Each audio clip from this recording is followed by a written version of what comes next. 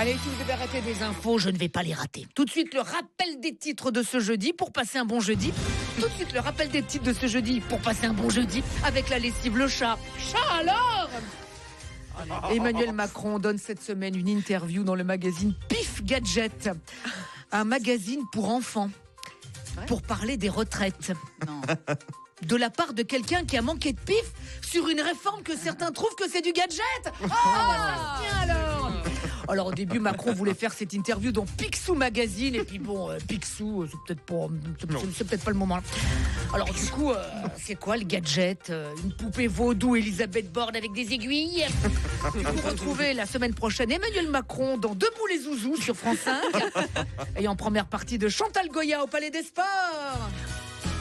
Ce matin, un brave M a éborgné un casseur. Ouais, c'était un brave M qui avait un fusil.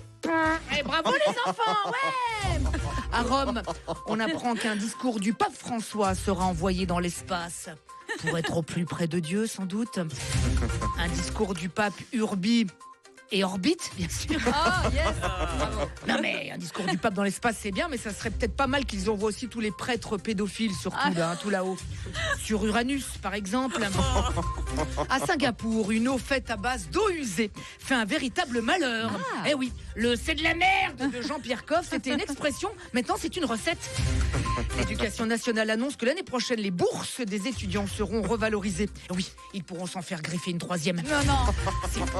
Le Ricard, la cristalline et la Nutella sont les produits les plus vendus en supermarché.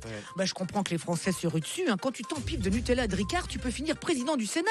Comme Gérard Larcher, tu vois, c'est sympa. Hein. Charles III et Camilla sont en visite en Allemagne. Et bah oui, comme on n'a pas voulu d'eux, ils sont allés se balader chez nos plus proches ennemis, hein, les Allemands.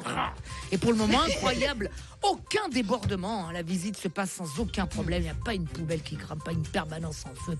Même pas le petit fumet d'un gaz lacrymogène. Rien, ça me dégoûte. Ah, ils savent vraiment pas recevoir ces Allemands. Hein. Des nouvelles de Bertrand Renard et Ariel Boulin-Prat. Quoi?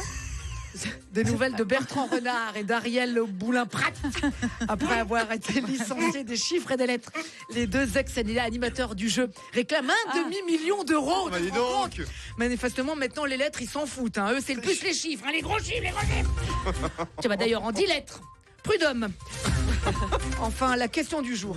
Est-ce qu'après un contrôle de maths, un fils gréviste dit à ses parents « Oh, j'ai eu 18 selon moi et 6 selon la prof. Ouais, vous avez 2 heures. » Voilà, heureusement, dans 277 jours, c'est fini 2023.